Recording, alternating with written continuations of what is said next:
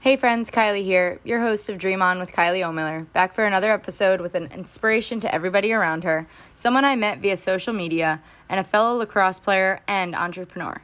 Thank you as always for tuning in. These episodes are recorded from a live Zoom webinar that I hold through the KO17 Lacrosse app and are constructed into this Dream On podcast that you have found here. I hope you are gaining some insight from these episodes from some of the people that I have met throughout my lacrosse journey that have imposed so much of their wisdom on me. If you're loving our episodes so far, show us some love in the reviews and rate us 5 stars. Also, be sure to SUBSCRIBE. It would mean the world to us. All right, we've got another special guest this week, and I'm pumped to get right into it. This episode's guest is Mary Griffin, and she is someone that I am incredibly excited for our Dream On listeners to get to hear from. Her story is one for the books. It's one of resilience, courage, and fight. Having received news that she was diagnosed with cancer at the young age of 19 in the midst of the global pandemic that is COVID-19, Mary was forced to battle that gut-wrenching news as not only a daughter, sister, and friend, but also as a Division I lacrosse player at Virginia Tech. Throughout this episode, she explains her entire story through her lens, the people who helped her through, and the lessons she brings into life now and beyond by facing a challenge so heavy. Despite all of this, I am hopeful that you can tell how energetic and bright Mary is just through this conversation. Her goals are to spread that light with every person she comes in contact with in life. The vibes, as she calls them, are immaculate throughout this episode as we plan karaoke nights and trips to go skydiving together, even though we have only met virtually thus far. The people that sport can bring into your life remains unbeaten, and Mary is a prime example of that for me. I hope you all enjoyed this episode and soak in some of Mary's vibes as you listen in. All right, everybody, welcome to another Dream On episode. Today we have none other than Mary Griffin. I'm very, very excited about this episode.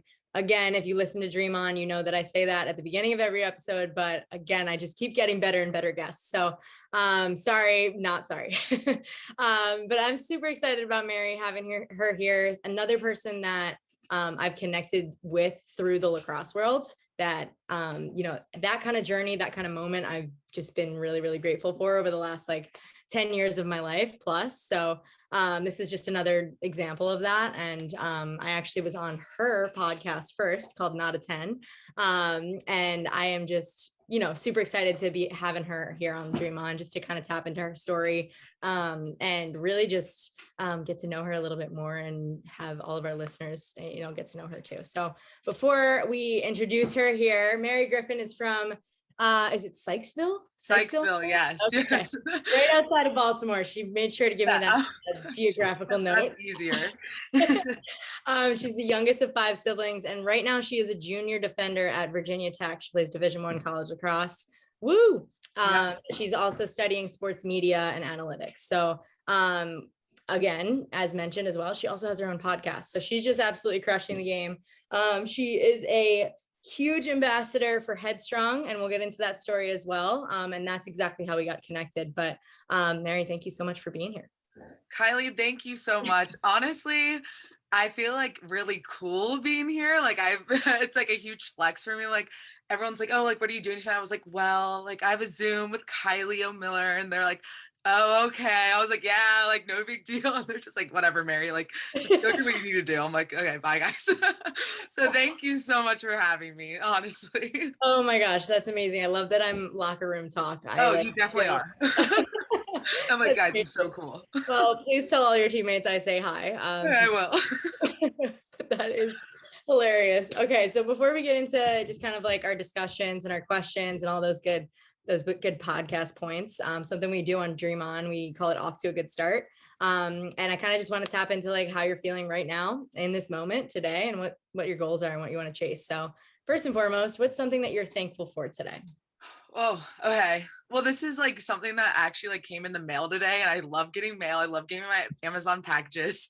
I got my electric scooter to use across campus because I don't know if it's just me, but I show up to class and I'm drenched. I feel bad for the person sitting next to me. So I was I'm going to invest in this scooter. I live close enough to campus. So I got my scooter in today, rode it to class. So much faster, so much less disgusting. So that is what I'm thankful for today.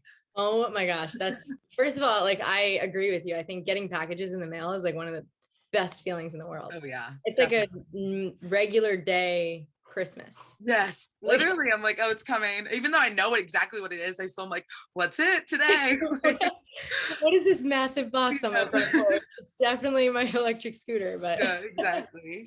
oh, it's awesome. Okay, so something that you're proud to say that you've accomplished today. You got me on a really good day because today's actually the day that my t-shirts launched for my podcast. So Not a 10 t-shirts officially went on sale today, which is like a huge step. Like it at first started as a podcast and now kind of taking that next step of the business side and kind of learning inventory and all that good stuff. But that's what I'm really proud of today that I've accomplished so far. So far, good results. So keep pushing at it. That's awesome. I can't wait to rock mine. I am getting one in the mail and I'm so excited. It's funny. I saw that on social media today. I saw it on Instagram and I was like, wow, she's got a busy day today. Yeah. Oh yeah. Merch Average Wednesday. She's got the Dream On podcast today. She's got Yeah. everything. Oakley, I know we're proud of her. Okay, and last but not least, what's something that you're pumped to go out and chase?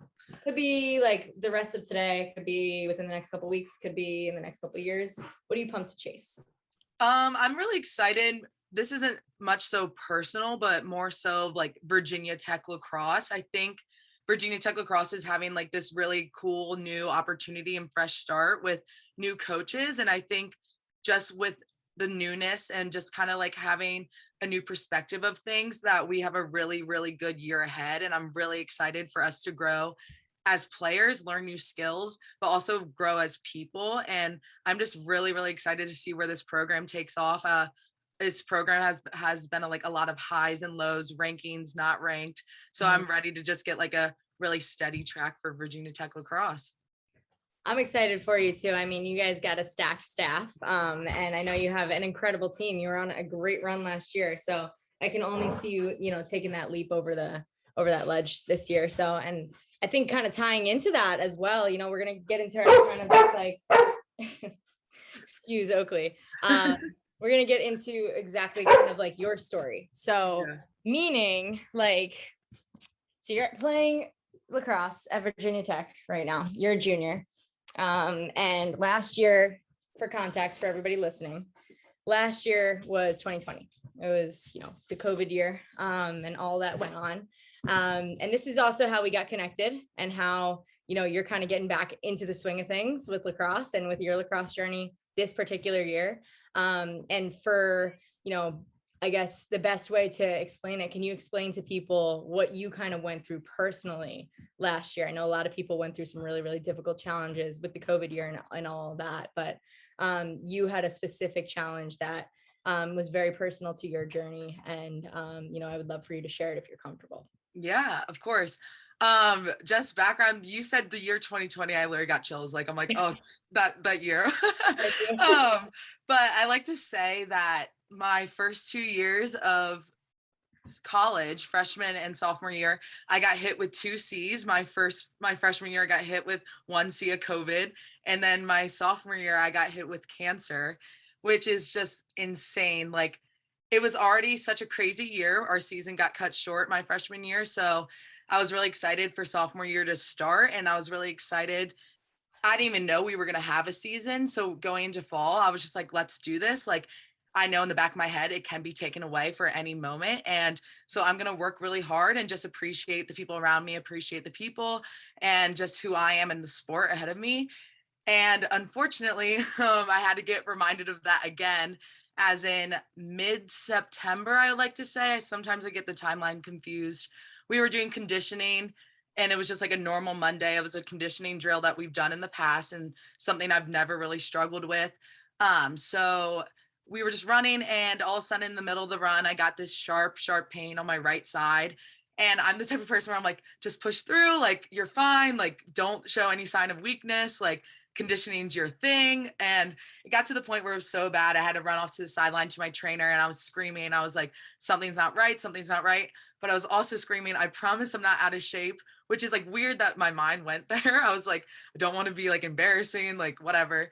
So because it was on my right side, my trainer went to appendicitis. So she monitored me for the next hour, and luckily the pain started going down with the less movement I was doing. I just sat out. And because the pain started going down, they didn't think it was going to be like an emergency where I'd had to get rushed to the hospital if my appendix was rupturing. But after practice, my trainer consulted with our team doctor, and she called me and was like, "Hey, just to be safe, we're going to get a CT scan. Like, just that's what we're going to do." And I was like, "You're being dramatic." I was like, Anne's my trainer. We love her. I was like, "That's so dramatic. I'm fine. Like, it's whatever." She was like, "No, no, no." Like, she literally says, "I don't want to get sued, so I'm going to get a CT scan." I was like, "Okay, great." So we get the CT scan, and it comes back in like 2 days. And I'm sitting in this room full of doctors, and they're like pressing on my side, and they're like, "Okay, we're going to tell you the results, but we're waiting for Dr. something." And he really wants to be on this meeting. Like, he really wants to hear the results. He really wants to be here. So that was kind of red flag number one. I was like, why does he want to be in here so badly? Like, they said my appendix was fine. So once he came into the room, they told me that everything looked good, that they thought would look good, but weirdly enough, they found a tumor on the left side of my stomach, the size of a lacrosse ball. And in that moment, like, we still joke about it today, that I went through the 7 stages of grief, like, in 30 seconds. Like, I laughed, I like cried, I made a joke, I got like really pissed off, and then laughed again. And I was like, all right, at the end, I was like, we're gonna get this thing, like, let's do it. And they were like, whoa, like, sit down, like, that was a lot. And so I didn't, and then once I was like, okay, like, let's get it out, I was like, well, is it cancerous? Because I don't know what it's like to go through the cancer process. So the next step in a cancer journey after a CT scan is to get a biopsy done that tests the tumor. So I was scheduled to get a biopsy, and in the sake of COVID, before you had to get the biopsy done, you need a COVID test, and it has to be negative. So I get the COVID test done on a Monday. My biopsy is a Wednesday. And Wednesday morning rolls around, and I'm at practice, and I'm just standing there because I'm not practicing, I'm just watching. And my trainer starts walking over to me, and she waves me over. And I look at her, I'm like, I have COVID. And she goes, "Yeah, you're positive." And that was the first time I actually like fell to the ground, like crying. I was like, my life can't get any worse. It was like the straw that broke the camel's back. Like, and I was just like more worried that they weren't going to be able to operate on me because I had COVID, and they can't really bring someone with COVID into a hospital. But at that point in the journey, there was so much unknown that they didn't even know if I could have gone into isolation for 10 days, because they didn't know how serious this was. They didn't know if my life was in danger. So luckily they were able to pull through and get the biopsy done. They wore hazmat suits. I wore a shield, like, whole nine. It looked like a scene out of the movie. My trainer had to drive me because I was going under, and we had to roll the windows down because she couldn't get COVID, but it was raining. So the rain was pouring on us, like drenched. Like, we showed up to the hospital, like, drenched. And I was just like, this is literally, and I couldn't eat. And the appointment was at 3. So I was starving to death. Like, it was just a mess. So I get the biopsy done and get dropped off back in isolation for the next 7 days or so.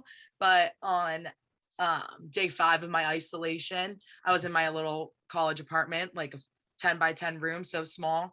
Anne calls me, and she's like, "Hey, like, the results are in, but we're pushing back the meeting to 5 o'clock on Zoom," because I wasn't allowed to go into the hospital for my results. And because of that, my mom wasn't able to come down and visit me. I was supposed to be with my family getting these results, but I was unfortunately alone.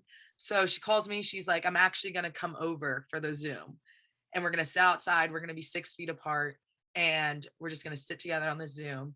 And I was like, "Anne, like, just tell me right now, like, should I be worried?" And she was like, "We're just going to go outside." Like, she was like, "We're just going to go outside." And we get on the Zoom, and it's like a 20-minute Zoom. And on a Zoom call, my mom's on FaceTime on my phone. And that's where me and my mom both found out that at 19 years old, I was diagnosed with a rare form of cancer. And it was the last news we expected. My mom's a physical therapist, so she has a lot of medical background. And she was like, if you had cancer and you had a tumor the size of a lacrosse ball, most likely you would show other symptoms, but I didn't have any other symptoms of cancer or anything. So I had that like hope in the back of my head that this wasn't going to be cancer, but wasn't 100% sure. So once I heard that news, it was like a 20-minute Zoom call. I don't remember any second of it. I just know I had cancer, and I asked if I was going to die, and they said, no, we're gonna have great results. This is gonna be great. Like, but we need to get a PET scan to see if you're gonna need chemo, if you're just gonna need surgery. So after that Zoom call, I had to go back into isolation for 5 days and not see anyone, not talk to anyone in person, not be able to hug my mom. Like, that was a big one. I really just wanted a mom hug, and I'm not a hugger, but I did want that. So I got fortunate news after isolation that my cancer had not spread, and they caught it at a very, very crucial time before it started reaching my stomach area and other important organs. So I was scheduled to get surgery November 11th, and I had 40% of my pancreas removed, spleen, and the tumor. And after that, I just had to get scanned every 6 months to make sure everything's still clear. But I was just really, really fortunate in the time frame that they caught it in. And honestly, I was cleared 2 months after the surgery, which is, or 3 months, which is insane, which is like a whole other side of it. But I was just really fortunate for the circumstances that I was in, and the group of doctors that I had honestly saved my life. And I can wholeheartedly say that my athletic trainer saved my life, which a lot of people cannot say, but I really can say that. So I guess that's just like a brief little background of it, but it was a crazy, crazy first semester for sophomore year. To say the least. I think definitely a crazy kind of semester. I think like as a regular college student, right, that's already going through all the stressors of being a Division I lacrosse player and school and other responsibilities is on top of everything. And then COVID hits, which nobody knows how to deal with, but who knows how to deal with a cancer status at 19 years old. Yeah. By yourself in isolation. So thank you for sharing that story first and foremost. Yeah, of course. That's super important for everybody to kind of, get to know you a little bit better and know how courageous you are and how awesome you handled that. I don't think a lot of people would be able to handle that the way that you did, including myself. So thank you for sharing. And I'm so happy to hear that you're okay. Yeah. So like health is something that like overlooked now, but like now I'm like, okay, health, like if you can wake up and you're healthy, like it's a great day, like awesome. You never know, right? And well, I again super grateful that you are okay, and super grateful that we got to connect through Headstrong because of your journey. And can you tell a little bit of our listeners about like how you got connected with Headstrong after this entire journey? And like you said, you got cleared 3 months after your surgery, which first of all, kudos to you. That's amazing. That was a little crazy. I probably wasn't the best idea, but well, like you said, I mean, I think you said it earlier, like when you immediately like originally had the pain, right, in your side, you were like, I promise I'm in shape, right? Like, and I think that's it really is such an internal thing that we kind of all have as athletes, as elite athletes, that we want to like make sure that we are showcasing that we're in shape and that we have done the work and that, we're not like half-assing it, right? Like that it was the first thing on your mind. The last thing on your mind was that, hey, I've got a tumor in my head, right? Exactly. And I think, like you said, it just helps you like stop and smell the roses a little bit. Yeah. But yeah, can you tell us a little bit about how you got involved with Headstrong after that? Absolutely. So it's a weird overlap and a weird connection between Headstrong and my one friend, which I'll get into. But I was called around December by Pat, who is the founder of Headstrong, or his brother's the founder, but he really leads it now. But and he just called me and we started talking, and he was like, like you remind me of this one girl who also just got diagnosed, and she goes to Stanford. Her name's Marzi. And I was like, I know Marzi. Like, I was like, I know exactly who Marzi is. Like, we've been talking like for the past 3 months, because weirdly enough, Marzi and I went to high school together, and she was 2 years older than me, but we were always great friends. We were teammates on the lacrosse team, and we always got along so well. But that age gap and she went to Stanford to play lacrosse, and I was still in high school, and then eventually went to Virginia Tech, that we just lost connection, not like naturally. And I remember in August, September, before I was diagnosed, I heard that she was diagnosed with a cancer. And I just reached out. I was just like, I'm sending you my love, like whatever. And then I got diagnosed about a month after her. And she was like one of my first calls. Like, I hadn't talked to this girl in like 2 years, but I was like, it's the type of person that if you don't see her in 5 years, you can pick up right where you like left off, which is awesome. She's great energy. I love her. So I called her, or I texted her at first, and I was like, hey, like I have something I really need to talk to you about. And she's like, oh, like I actually like just got like a round of chemo done. Like I feel really sick. Like, can this wait? Or like, what is this about? And I kind of texted her. I was like, ooh, like just got diagnosed with cancer, immediately called me. We talked about it, and was kind of like my rock through it all. Like, it's different. Like, I had so many people supporting me during my cancer journey, and so many people there for me and offered so much love. But when it's someone who actually can relate, it's a whole different aspect, and it's a whole different feeling of security and feeling of reassurance that, hey, I'm feeling this way. Are you too? Or like, hey, I'm really nervous about this appointment. Like, what goes on when you get a PET scan, or what happens when you get this done? And she was right there, like leading me through it. And that was just something that I'm so thankful for. Like, we always joke that like, it sucks how we reconnected, but we're going to be reconnected for life. Mm-hmm. And so I'm on this call with Pat in December, and he mentions Marzi. I was like, Pat, like, I know Marzi, like, trust me, like, we've been talking for a while. We're great friends. And he was like, that's a story right there. Like, he was like, let's do a story about you two reconnecting after a cancer diagnosis and like helping each other out. And we're literally live like 30 minutes apart from each other. Like, so we were both home because we were sick. So we are both home, and he's like, let's film this video. So like, we filmed this video together, and we both got interviewed and got asked about our cancer journeys, and then how we've come into each other's lives. And it kind of went out, and people responded really well to it. And he kind of was like, I want you two to lead Game Hair Havoc this season. So a little background of what Game Hair Havoc is. It's a campaign mostly for lacrosse, but other sports can get involved. And it's just a campaign to raise awareness about cancer, and people will like do braids in their hair, ribbons, and just to show your support when you're playing your game on the field. And so me and Marzi, we like to say like we were the face of Game Hair Havoc that year, and like we really got our teams involved, and really encouraged our friends. Like, some people would like send me pictures and like, we're playing this game for you, like dedicate it to me, which is awesome. Like, never thought that would ever happen, but it was so cool to see all my friends and honestly see the lacrosse world come together. And just because like we all play against each other, and we're all honestly fighting against each other, but at the end of the day, like when it came to this, like we were all on the same team. So it was just a great organization to get involved in. And I think something with Headstrong and Game Hair Havoc that is overlooked is not necessarily they're looking for a cancer cure, but more just to guide those families who are dealing with a cancer diagnosis, whether it be like the littlest things like housing, meals, like just little stuff like that goes so unnoticed. And it's something that actually is a really big stressor when it comes to cancer, and just making sure your family's okay. So we really we're fortunate enough to be a really big part of Game Hair Havoc and raise a lot of awareness and a lot of funds for other families that were struggling like ours.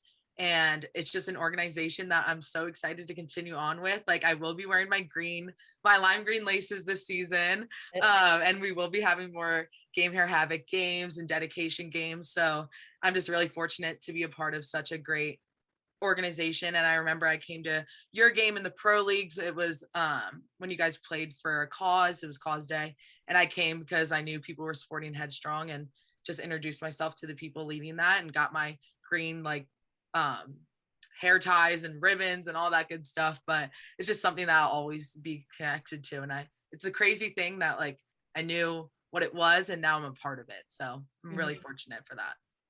Yeah, to your point, I think it really is an incredible organization, and that's exactly why like I wanted to dedicate my season to it with Athletes Unlimited this season. Pat is incredible, right? His kind of like everything that he does, his light that he just kind of like spreads to his energy, it's just so positive. It's everywhere. So how can you not want to support something like that? And, people like yourselves and your family's journeys. I think it's really incredible that you continue to give back to the organization, especially after what you were able to go through. And I think I'll be wearing my green laces too. Yeah. Much as possible. Taking a quick little time out from our episode here to say a massive thank you for listening. Dream On started off as a way to have conversations with some of the people that I've been lucky to come in contact with and really dig deep into what makes them tick and how they've become so elite in their spaces. If you're enjoying these conversations as much as I have been, please consider rating us with a solid 5 stars and leave us a review. I love hearing all of your incredible thoughts on how we can continue to dream on together with these episodes. Oh, and subscribe if you're feeling cool. All right, let's get back to our guest.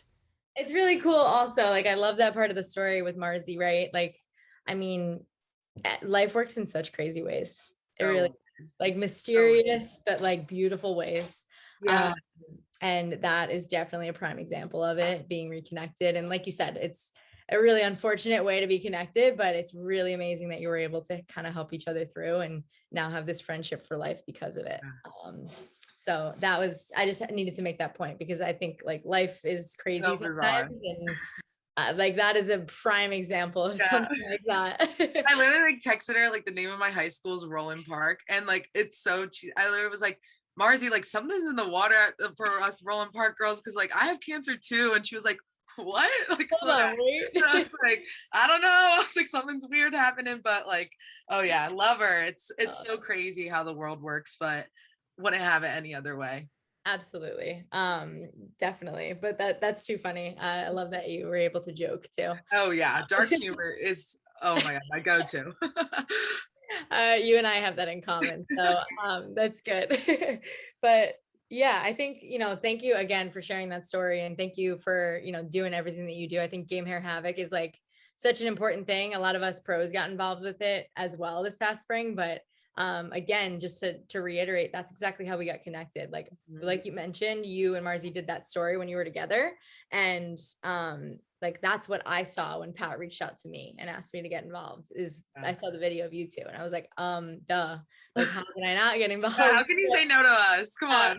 No, these two girls are rock stars. Like, of course, I'm friends. So like, see, I just manifested that and now we're hanging out. So oh my God, perfect. I love that. Okay, I wanted to be your friend. You can tell all your friends yes, that. I was like, oh my God, you guys, like Kylie just tagged me on her story. I was like, wow, like fame, like I want to be famous. This is gonna help me. I got you. We can get you famous. Oh my gosh. But yeah, okay. So I mean, again, like the thing that connects us all, right, is sport sometimes, is different things. For us, it's lacrosse. And like, let's talk about your journey to within lacrosse, right? Like how did you get involved in lacrosse? Was it as a young age? I know you're the youngest of 5 siblings. Did your siblings play? Did you play other sports? Talk about your upbringing a little bit. Yeah. So I'll just say Baltimore. Why not? I'm from Baltimore. And I think it's a rite of passage that when you're born, you're handed a lacrosse stick. But I'm honestly like in this debate right now, and like, we're both biased on this, but like, what is the hub of the lacrosse world? Is it Long Island? Is it Baltimore? Like, I'm going to say it's Baltimore, but I don't know. You might have a different opinion. So I automatically was put into lacrosse, and being the youngest, I had 4 older siblings. I have 3 sisters and a brother. The brother's right in the middle. So they all played lacrosse. So it only made sense that I did, but being the youngest, you're a little rebellious. You're a little like, I don't want to do what they're doing. Like, so like I was told I was going to start club, and my club was M&D. And I was like, no, I don't want to. Like, I was like, I absolutely do not want to do that. Like, I had to play in the summer. Like, no, like I had to travel to New Jersey. And like, mom was like, you're doing it. I was like, whatever. So I started, I grew up like all playing lacrosse, and I started club in 4th grade, which seems really young, but now I coach club, and now it's like, people are starting like, yeah, I'm like, what? I'm like 20, 35. So I'm like, I don't even know. So yeah, so I started playing club and got really serious. I think like I was just always told like lacrosse is #1 sport. Like my mom even was like, we're not going to play soccer because soccer and lacrosse like overlapped where we were. And so I chose lacrosse and then switched to field hockey really at an early age because soccer was getting like a little too like travel soccer. My mom was like, no, like we're going to take the lacrosse route. So I played field hockey at a very young age. And then basketball really came into my life when my mom was like, let's play defense. Like, let's start the defense. Like, if you can play basketball, you can play lacrosse. Just it's with a stick in your hand. So, and I think like just basketball is such a fun sport. So I started playing that all through middle school, and then high school I played on the JV team because our like team was really good. Like we have a girl at like UMass and like she's amazing. Like so like I made JV, but it was super fun. Yeah, it was so fun, and played on the field hockey team all growing up, but like I loved playing different sports. I played rugby. Like I always forget that. I played rugby for like 2 years, which is so cool. Like who else can say that we played rugby? I was on a co-ed team, which is so fun, like for 4th, 5th, 6th grade. So I think like just playing a lot of sports, like you met so many new people, and my siblings were playing the same sports, which was really fun to watch them play. But lacrosse was always number one. And I love it. And I loved watching my sisters play. And I watched my sister, Grace, who's very, very competitive, very successful in the lacrosse world. She plays at Maryland and she's taking her 5th year there right now. But I watched her kind of go through the recruiting process and having like the world at her platter, like any school. Like it was just awesome to see her go through that. And I was still in middle school when she committed to Maryland. And I remember the day she committed, I felt this like immense pressure. I was like, I need to be a Maryland All-Star. Like, I don't know if Maryland's in the books for me. Like, I don't know if they are like a national championship. Like, I don't even know how many they have, but always number 1, number 2, number 3, whatever. And I remember I felt this immense pressure, and someone like turned to me when I was in like 7th grade. They're like, so are you going to go to Maryland now? I was like, oh God, I don't know. Like, I have no idea. Haven't even thought that much ahead. So it was a lot of pressure, it felt like. And me and my sister are very, very different. Like that is something, if you meet both of us, you won't even think we're related, but we are very different. She's very like more reserved, hardworking and silence, like very not into like gossip. I'm not a gossiper, but like she very is like, I'm just gonna do me. Like I'm not worried about anyone else. Like let's get our shit done. And I'm just kind of like, oh yeah, let's have fun. Like, oh, whatever. Good energy, good vibes. So I kind of, being like the little rebellious person I am, I kind of was like, I'm not going to Maryland. I'm not doing any of that. And I wanted to take a completely different route. So I started looking at schools that maybe weren't on my radar. Like it's kind of embarrassing to say I didn't even know what Virginia Tech was when they reached out, but that's kind of how it works sometimes. Yeah. So the schools I was looking at were just very different than my sister, and I went to Virginia Tech, and I was in that fortunate position where a lot of people don't get when you walk onto campus and you immediately know like this is it, this is home.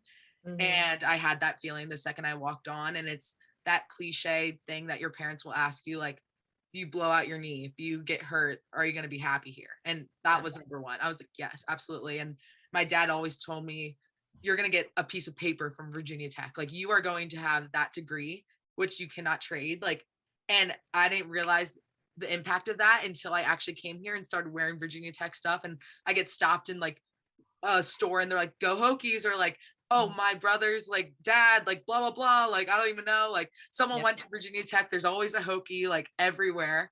And there's always some sort of connection, which is so cool. And I'm so fortunate in that aspect. And also like just the facilities, like we are treated so nicely. Like I talk to like all my other friends who go to other colleges and play there. I'm like, you don't have like a nutrition hall, like where you get a free meal a day, or like you don't have a smoothie bar that you get to like make your own smoothies. They're like, no. And I'm like, weird. I'm like, that's weird. Like, can it be me? But like, yeah. But oh, that's so funny. And I loved the idea of it being it's been a program for a while, but like it was fairly new and it was fairly up and coming.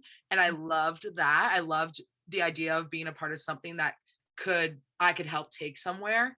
And I remember like in high school, my friend was committed to Syracuse, she was a year above me, and we were like watching the game before practice, and Virginia Tech like beat Syracuse. And she was like, what the heck? And I was like, yeah, I was like, let's go. I was like, you guys should not be like shying away from Virginia Tech. Like, we are making a name of ourselves. And I love that. I get fired up when I kind of had to like prove myself. And I love that. So I just loved everything that Virginia Tech offers, and our football games and our Sandman. Like, I am like, just everything Virginia Tech embodies. I'm like, yes, I stand for that. So I'm really fortunate I did find my home.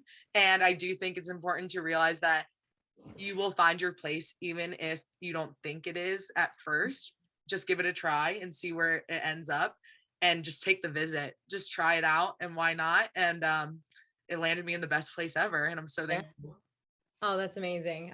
So many people, I think you might be like my 30 something guest on this podcast. And so many people, when I ask me about their recruiting journeys, whether they're lacrosse players or other sport athletes, they have said this very similar things about their recruiting process. Is like, I didn't even know it was a school, or when they reached out, I was like, no, thanks. And then I stepped on campus, and you just have that like moment, that feeling like, wow, this could be my home for the next 4 years. And this could be a place where I'm very, very, I really like what your dad said, right? Like, very proud to have that degree up on my wall for the rest of my life.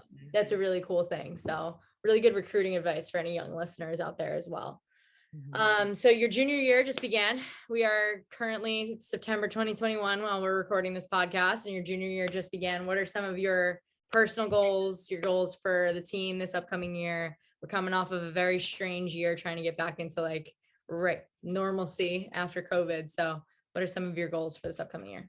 Yeah, this year, like, I'm so excited for, because the past 2 years have absolutely been insane. And I kind of look back on my college career for lacrosse, and I still feel like it hasn't truly begun, which is so insane. Like, freshmen will come in and they look at me for advice. And I'm like, honestly, like, I don't even know. Like, I was like, my freshman year was insane. It got cut short, and I was personally in a really good place. Like, didn't start, but one time like a senior got a red card and I got subbed in. So I was right up there, like making my way, very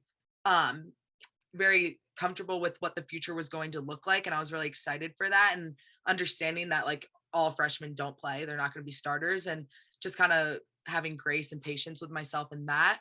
And that's kind of why I was really excited for sophomore year to start, because I made such good headway into starting my freshman year. And then obviously sophomore year did not go as planned with, all the health stuff. So I'm really excited for junior year, just to kind of have another fresh start, and honestly, a new perspective. I think that is number one. I think I had to have kind of a slap in my face to realize the opportunity that is in front of me. I kind of was taking it for granted. I was going through the motions of it all, not really looking at the opportunities that Virginia Tech offers, and also just playing a sport in college. How many people can say that? And I think I needed 2 giant wake-up calls, COVID and cancer, to be like, Mary, like, let's get this shit done. You're here to win. You're here to have fun. You're here to make memories. Let's work hard and let's do it. And I think I'm really, really excited just to have that new, fresh mindset, and kind of have this like leadership role, which is super cool. Being an upperclassman, I'm really excited for that. But honestly, the thing that's number one on my mind is winning.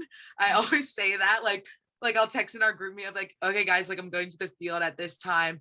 And if people like will be like, oh, I don't want to go, I'm like, no, natty season, like we're winning, like come on. And they're like, yeah, okay, whatever. And I'm like, no, like let's win, like let's, like it's so much more fun when we're winning, and actually like having this like kind of oh my god, why can't I speak? Camaraderie. Yes, thank you. Thank you. When we like are practicing, and like we've only had a couple of practices, but after one of the practices, our coaches like brought us together, and she was just like, you guys, like I'm really happy with how like practice looked, but like let's be powerful. Like let's knock each other down. Like I know that sounds like backwards, but like let's like have no mercy on each other, and like be like powerful, strong, badass women. And I loved that. Like that's the mindset that I'm going into. And I'm just kind of really excited to have that type of energy in my life, and kind of instill that energy in myself and the people around me. So I think junior year, number one, I want to win. And two, I want to have this like great energy about me and just really every single day be in tune with how lucky and fortunate I am and the position that I am in today, health and just life. And I think just having that mindset is really something special. And unfortunately took me waiting for something bad to happen to me to really gain, but it's all about what's happening right now. So I'm excited. Living in the moment. Good for you. Definitely. I love that you said that, perspective is a really, really funky thing. And it's a really beautiful thing too. So I'm glad that you're using it to just bring that power. I also love that, right? Yeah. Like, Power. Yeah. Like you said that, I kind of got like real fired up. Like Yeah. I was in that huddle. But it's true. Like, I think like that is how a lot of society talks about empowering each other as women. Right. And like, it's the only way we're going to do it is if we're powerful within towards each other. Right. And we show each other our power and what we're capable of. And then we can kind of rise up together. So I think that's a really, really awesome kind of team goal for you guys. And like, watch. What's so funny is like after that, I was talking to, I forget, it was like a group of people. And I was like, you guys, like, I got this best piece of advice. Like, if you haven't listened to my podcast episode with Kylie, like go listen to it. But like best piece of advice, or like one of the greatest things I've ever heard from a team aspect, a success aspect, is like, let's beat each other up and like kind of hate each other on the field. So when it's time to like be on the same team, we know we push each other to the limit. And now that we're on the same team, it's going to be more fun. And we're going to be able to take whatever it is that's thrown to us. So I was like, let's do that. I was like, let's get to it. I was like, let's like kind of beat each other up. Like I like pushed my one friend on the ground and she was like, she had like blood on her nail. I was like, oh my, I was like, whatever. I was like, you're fine. I was like, get up. We'll talk about it after practice. Yeah. And like my coach was like, well, she was like, yeah, like push them down, but apologize maybe like a little bit after, like maybe after the play. And I was like, oh, I forgot the apology part. Like my bad. I'm sorry. But yeah, that kind of mindset I love.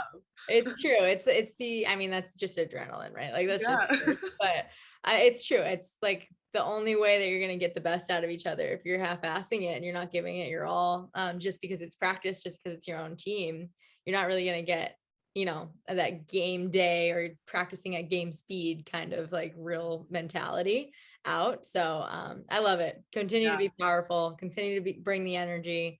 That's exactly what I was just going to ask you out too, is just kind of like filtering into what you're like off the field. And kind of something that I've recognized just like from our many interactions, whether it was on your podcast, obviously this one, couple texts back and forth, a little bit of social media, like your energy is off the charts. You're always just like, yes, queen. Like, you know what I mean? Like you're just loving it, like, and you're just loving life. And I think that's really, really contagious. My mom has always said that smiles are contagious. And I always like laugh it off. I always just laugh at her. I'm like, what are you saying? But like, it's really, really true. Like you smile at someone and it's true. And it's the same way with like, this entire virtual world, whether you're smiling face to face with me or, you're kind of sending me 1900 exclamation points on a text. Like you feel that though, you feel that energy. And I feel like, my day is a little bit brighter through it. So where do you think like that positivity and that like light comes from? And how do you kind of hope that because you are that way that you can kind of instill that in the people around you? Yeah. I'm a huge energy girl. I'm a huge, like, what's the vibe? Let's read the vibe of the room. I think it started at a very young age. Being the youngest of 5, I had to automatically be loud naturally because I would have been overlooked very fast by my older siblings. So I had to be really loud, really outgoing, kind of be a little different, spunky. And I also had 4 people to look up to and kind of take and pick and choose the qualities that I was like, oh, I like that from my sister, like that from my brother, I like that from my other sister. I'm gonna do that. So I think from a young age, I've always been a little charismatic and just a little out there.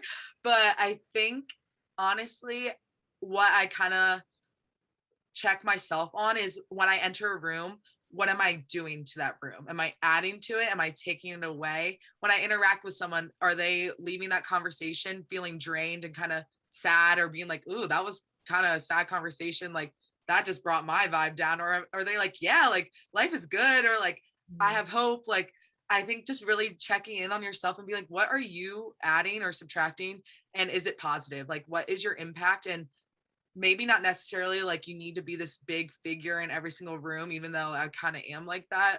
But just doing like, what are you like, let's not be neutral and let's not be negative. Let's be a little positive and let's maybe work on that. I think that's something that I've always been in check with myself. And I think like just like catching yourself on little things. Like it's a really hot day outside. I'm not going to walk outside and be like, oh God, it's so hot. Like that's just not, no, like that's just not fun. It's not fun to dwell on those things. So I think just like checking yourself is very, very important. And just knowing what you want to be known as. I want to be known as this girl who, no matter what the outcome is, or no matter how bad of a day is, like can still make people smile, can still bring this energy and positive vibe to wherever she goes. And I think just knowing your morals and knowing what you value is very, very important.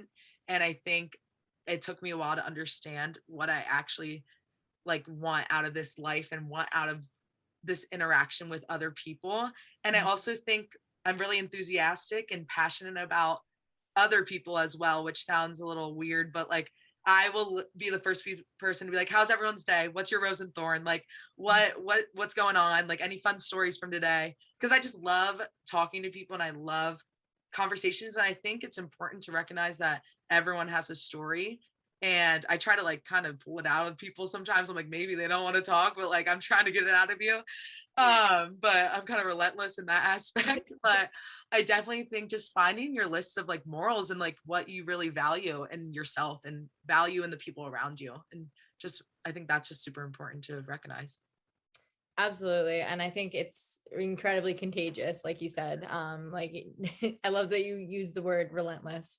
Trying to pull people's stories and trying to pull that like a smile out of them. Like that's a really important thing. We need more people like that in our world. And I think that you do a great job of it on your podcast as well. Thanks. I think you do. I was super excited to come on, and I was stuck down in Maryland with Athletes Unlimited. I was in my hotel room, but it gave me like a little bit of something to look forward to in my day, like after, you know, a long practice or whatever it was. And we hopped on there and you did exactly that. You were like, what's your story? What's going on? How you feel? Like, what's the vibe? Like, I also have this entire section on your dog Oakley, so like you're gonna have to talk about him. Like it was amazing, you know. It was just a super fun time. So talk about like, you know, talk about the Not a 10 podcast and how it came about as an idea in your head, and then now, like you said, you're getting a little bit more into building the business side of it and getting a little bit more into it. Yeah. Well, I hope you left Not a 10 feeling energized. That's the goal. I went, I forget what I did, exactly what I did, but I did reach out to friends and I was like, hey, who wants to go for dinner? Like, yeah, like let's just keep it going. That's the goal. Oh, I love it. So Not a 10 podcast came to me when I was kind of like in this little down point in my life. I think what's weird about a cancer journey is that it hits you at the randomest times. It hits everyone differently. And unfortunately for me, it hit after everything kind of happened. I took everything in check when it was all going through. I was like, yeah, like I'm killing it. I'm a badass. Like I just beat cancer. Let's do it. Like, let's get this surgery. Like I'm show no emotion. Like I'm not sad, but trying to hide that emotion and trying to put on this brave face, it ultimately led me to kind of have to process everything all at once when things kind of slowed down. So it's the type of thing where September through mid-December, I was always with people. I was always surrounded. I was always checked in on. And then all of a sudden it's just like, okay, life's back to normal. Like you're done surgery. Like it's not done, but like most of it's done. The hard part's kind of over. And it was the first time I was alone in my room at home, because it was winter break and I'm not around my friends. I'm in my small little hometown. So everything kind of hit me then. And I was in this like dark place, like just kind of confused, I think is the best word. I was confused why that happened. I was confused why at 19 I had to go through that, why my mom had to be told that her youngest child had cancer. Like I was just very confused what the universe was trying to tell me, and if it was trying to tell me anything, or I'm kind of caught up. I'm the type of person where like, what's my purpose? What's my like impact on this world? Like, and that drove me crazy. So I always knew deep down that something was supposed to come out of this, that this was the wake up call I needed, and something bigger than myself was going to be made because of my journey and because of the slowly like build I had on social media, US lacrosse, inside lacrosse, all those stories, headstrong. So I was starting to get this like platform a little bit and had a voice, and I was like, all right, what am I going to do about it? So I was like sitting in my car one day, and I like said something, I was like alone, and I was like, ooh, like that was not a 10. Like that was not a 10. And I was like, not a 10. Like I was like, life is not a 10. And my number is 10 in lacrosse. It isn't. Yes, it is. I've literally been number 10 my entire life. And it's my favorite number. I was really lucky that Virginia Tech had it opened when I came as a freshman. And I was just like whenever something bad happens in the past, I've like realized I'm like, ooh, like not a 10, that's not a 10. Or like when something's really good, like I'll be 10 out of 10. That was great. Yeah. So I was just like, not a 10. Like if I could describe the past year of my life, it would be, it's not a 10. So that's kind of where the name came from. And I asked my friends, they're like, I love it. They're like, I love that. It's short, simple, and like kind of was like, do I say I'm not a 10 or just keep it not like all of that? So it was just like something in the back of my mind. I was like, not a 10, like I don't know what I'm gonna do with that slogan, but like gonna do something. And then we went through season. It was always in the back of my mind.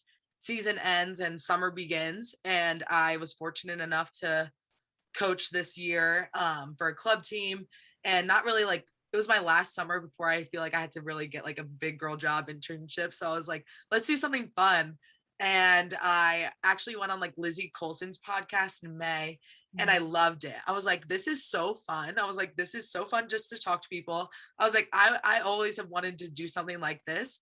So why not start one? And I literally went on Amazon that night, bought a mic, made a design. Like literally it was just like, I'm the type of person when I get excited about something, I will jump head first, like buy the mic, like make the design, get a guest, like get a notebook, write everything down. And it kind of happened in like 2 weeks. And I was so excited. And then found out that you had to get it like approved by Apple. I was like, this is stupid. Let me just post the video, like, or post the podcast. Like it's so dumb. But the cover art is, so I went with green because green is associated with mental health. And the premise of the podcast is just people sharing their stories about their struggles and how their life is not a 10. And honestly, why we shouldn't strive to be perfect. Because I think I have struggled with that, just trying to put on this like persona that everything's good, I'm great, and I don't ever struggle, but trying to get over that and trying to be vulnerable and authentic. So that's kind of where the background of the podcast is from. But the cover art does have a 4-leaf clover on it, because if like, this is like a fun little thing of mine, I've always find 4-leaf clovers, like ever since I was like 5 years old. I've always find them. And I have a tattoo of one. It's really small, but during I have like other tattoos, but this is the one that's really special. During my diagnosis, the day of the pain, I sat out, I practiced, and I found a 4-leaf clover. And I was like, whatever, like this always happens. Like, and then the day of my Zoom call with my doctor, I found another one. And it just kept going on and on. I just could always find them in this month time frame of when I was getting diagnosed. I would always find 4-leaf clovers. And I was just like, this is the universe or whoever it may be telling me that like it's shitty right now, but there's hope and something is that it's going to be okay. Like that was just a little reminder. I was like, okay, I'm finding all these 4-leaf clovers, like life can't be too bad. Like, so that's kind of where the cover art came from. And this is like my cancer survival tattoo. I think it's just a rite of passage. If you beat cancer, get a tattoo. Why not? Life is short. So I think it makes a ton of sense. Yeah, right. And then you get one, and then you want another one. I'm like up to 3. I would never thought. So yeah, and then I just kind of like just put out an episode of me describing my cancer journey, and that got great reviews. It got people, I've met people that I never thought I would meet.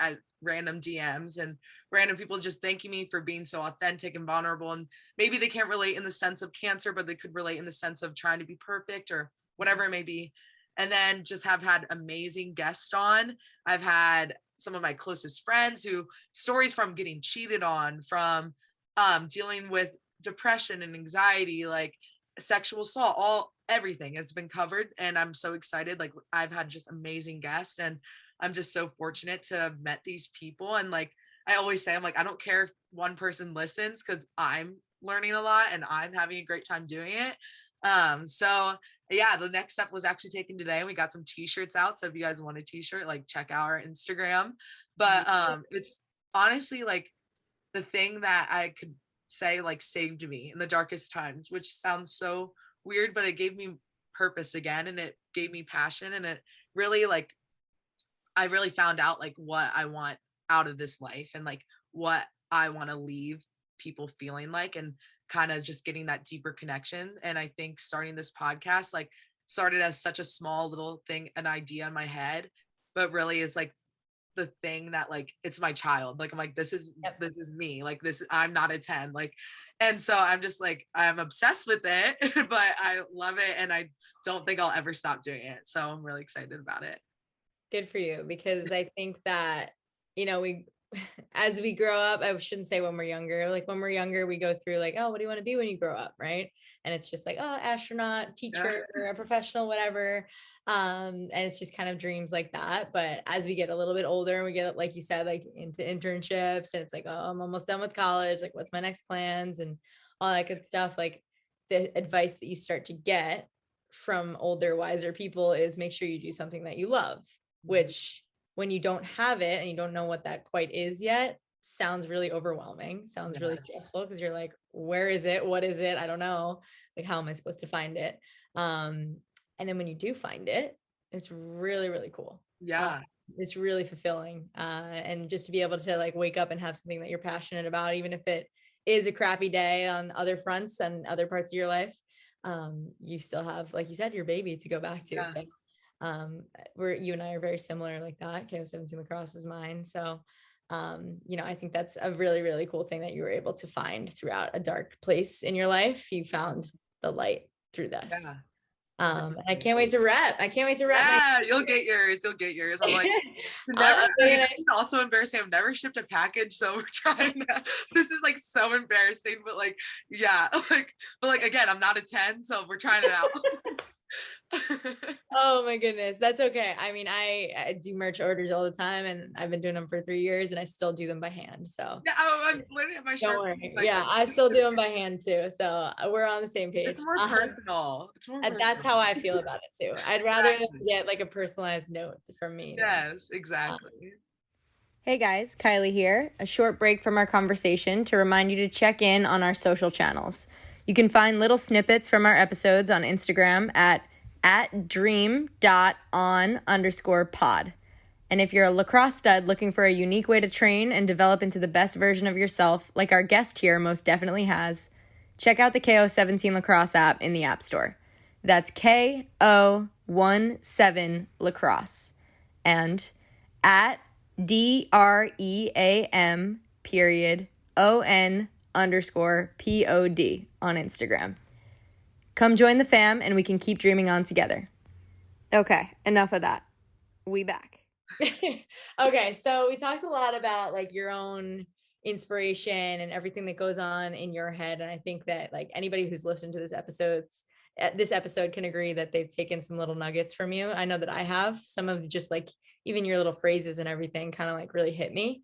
But what would you say, like some of the inspiration from your life? Like, is there a mentor or a special person in your life, or maybe one piece of advice or a quote that you always go back to that you've kind of taken throughout your journey and something that you'll just never forget? Okay, this question is like right up my alley because I could answer it in so many different directions, but I'll try not to ramble on. Okay. So another background, right when I became cancer free and I was kind of dealing with that, like, what do I do now? Like, what is this? Mm-hmm. What is my purpose? Like, my mom, she told me this quote by Robin Roberts, who's she's on GMA, love her. She's a news anchor woman, awesome. And she's also a cancer survivor.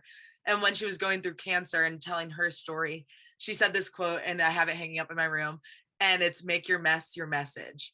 And that was like the time frame where I was like, I'm a complete mess. Like my life is a mess, but like, what's the message and what's my message? Like, what message am I gonna use from this story and from my journey to put it out there in the world? And that's kind of where Not a 10 came from. And my mom was always like, you are destined to be this amazing woman. Like she is my biggest hype woman. I love her. But she was like, you're destined for something great. I know it. What is it?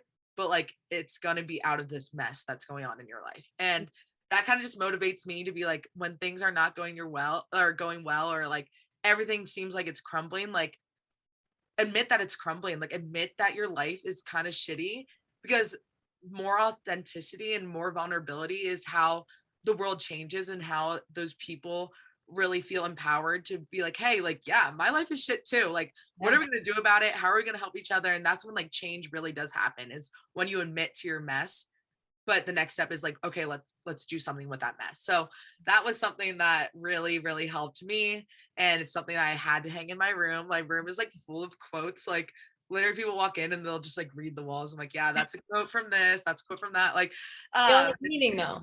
yeah, all of them. I love them. Love them. Oh they all have meaning, which is really, really important. Yeah. I love that quote too, because I think that like the one thing that you mentioned there, right? Like everybody's got a mess of some sort, no matter how small, how big, whatever it might be, or in comparison to each other's. But at the moment that you can make it, like you said, your message, or the moment that you can be outward about it, which is something that I'm working on, the more people can relate, right? The more people that can like hop onto your bandwagon and be like, hey, like, let's get through this together. Let's make it our message. Let's kind of go through it together. So I think that's really, really important. And I think that's a really cool quote to have on your wall too. Yeah, love it. So Okay, so we have one question from KO17 Lacrosse, and then we're gonna get into our quick finishes.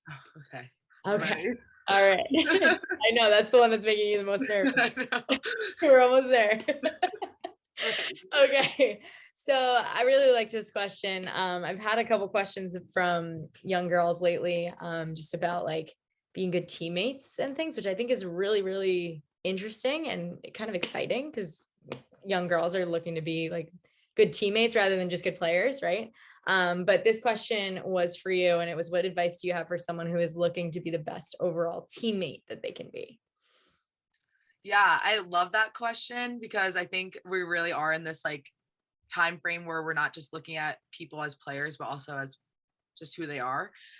So I think when it comes to being a good teammate is making sure that your actions and your words match up, and there's no gray area between that. Like if you're the type of person that says, hey, I want to win, but then does X, Y, and Z, comes late to practice, goes out or whatever, like goes out a lot, like, or doesn't match up with what they are saying they want, I think that's when you need to check yourself and setting that example and making sure that you are open and honest about what you truly want, and making sure your actions meet up with that. Like if you come and play a sport in college because you want the gear or you want the experience, and you don't really truly care about like maybe playing time or the wins, if you're open about that, I'll have a lot more respect for you than you trying to cover up or you trying to hide and being this other person. But just making sure that your actions meet with what you want. I think that's just so important.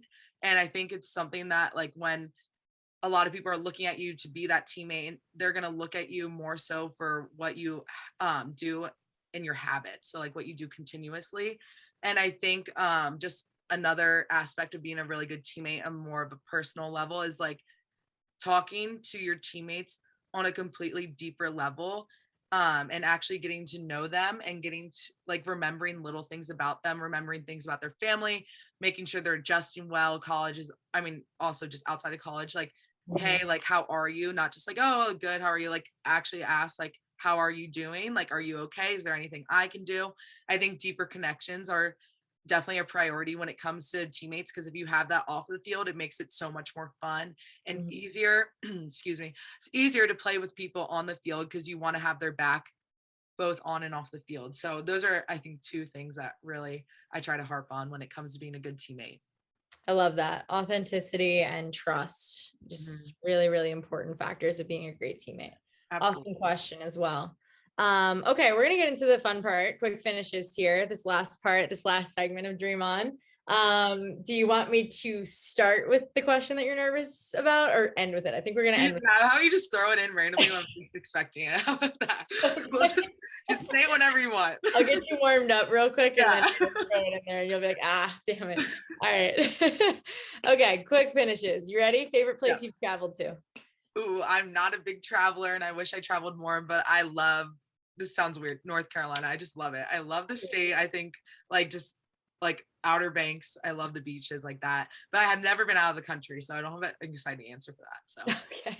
If you could see one artist or band in concert right now, who would you see? Are they alive? Yeah. Oh, okay. This is Billy Joel. Okay. Sounds like that is Billy Joel. Beyonce would be my number one, but I've already seen her. Okay.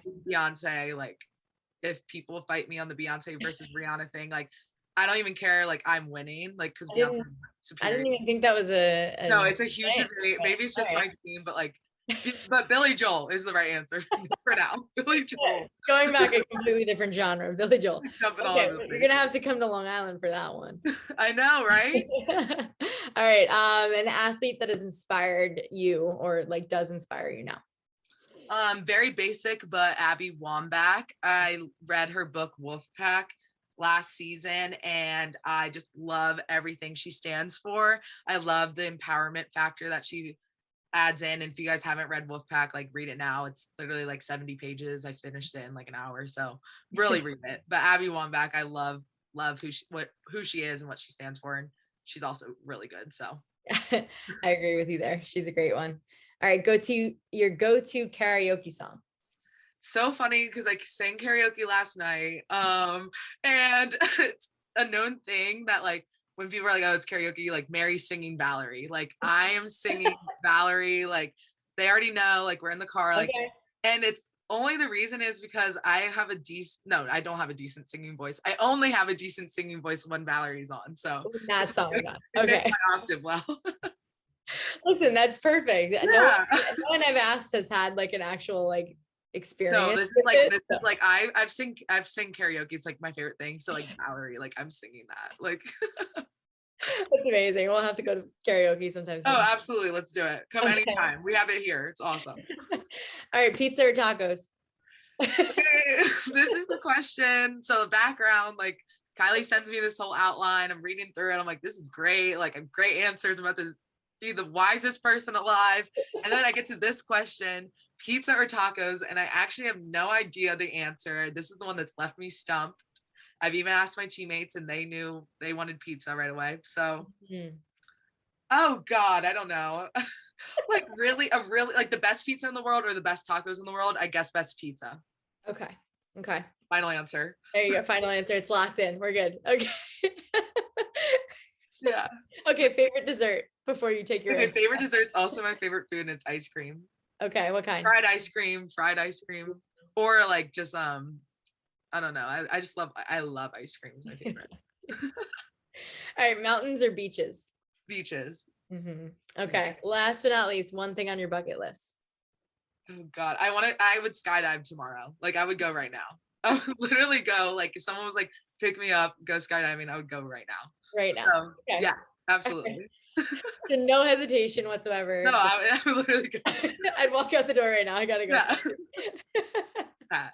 Oh, that's amazing. Because I don't think I would be able to say the same thing. So really that's so cool. I mean, I would probably go. I just don't know if I would go right now. Oh, okay. I'll just take some convincing. As long as you get up there, you have to come down. So all right, that's fair. Yeah, that's true. You gotta get down somehow, right? No, yeah, that's definitely something. Number one. Oh, that's amazing. Well, how did I do? I'm so nervous. Stop it. No, I'm like this or that. I was like, I can't do this. Make decisions. Not quick finishes. It's just like lacrosse. Quick finishes. Little quick stuff. Yeah, you're so right. Just dump one in there. It's okay. No one's gonna judge. God, that segment made me nervous. Which is so funny because we talked about such deeper stuff. But well, seriously, again, thank you for coming on and sharing your story and sharing a lot of little wisdoms. A fun fact actually about Dream On, it used to be called Wednesday Wisdoms on our KO17 app. It used to be like a weekly Wednesday segment and we would do it live. on the app. And this was like in the heart of COVID. So that's what it started out as. And then we turned all the audio into a podcast. And now we just do Gosh, podcasts. that's so But cool. Filming on Wednesday. So exactly. So we keep that nice and consistent. But the reason behind that was because a lot of our guests, including yourself, drop so many of their own little wisdoms that, like, you know, and this is something that I heard from a young girl earlier this week, actually, where, you know, she's like, I've seen so many coaches, I've been coached by so many different people, and like, I might know what one of them's talking about, but they say it in a different way than the other one, right? So I might be a little bit confused here, and this or that, the other thing, or one might mean this thing when they say this, and this one might mean the other, and I'm not really sure. But I think it's really, really important to like hear from other people, because everything that you just said was really, really just amazing and inspirational. And you know, I think that after every single one of these, I have like a notepad over here that I write down little wisdoms from. So I took a bunch from this episode, and I'm really, really grateful that we were able to dive into your story and all that you are and all your passion and your energy. And I can definitely confidently say that I'm going to go continue on with the rest of my night, nice and energized. So thank you for that. And if I ever am having a down day, I know who to call. yeah, literally anytime. We'll be like, let's go. Right back at you. We'll go skydiving. Oh yes, let's do it. There's so many plans we've made. Oh my God. Skydiving, karaoke, you're coming to Billy Joel concert. Billy Joel concert, all of it. Love it. Oh my goodness. Well, again, thank you for everything, for of course. all that you do. And I hope that you continue on and have an incredible junior and senior year at BT. I will be watching, I will be following, I will be a Hokie fan, and just excited to watch you crush it. You deserve everything. Thank you so much. And I'm so lucky to have someone like you to kind of just guide me through it all. And I know if I ever have a question or just need a vent or rant or about anything, always, I know you have my back, which is just so cool to say. Which I'm like, oh, that's amazing. Someone you want in your corner for sure. So just thank you so much. Oh, of course. Well, thank you everybody for listening. We'll see you guys next time on Dream On.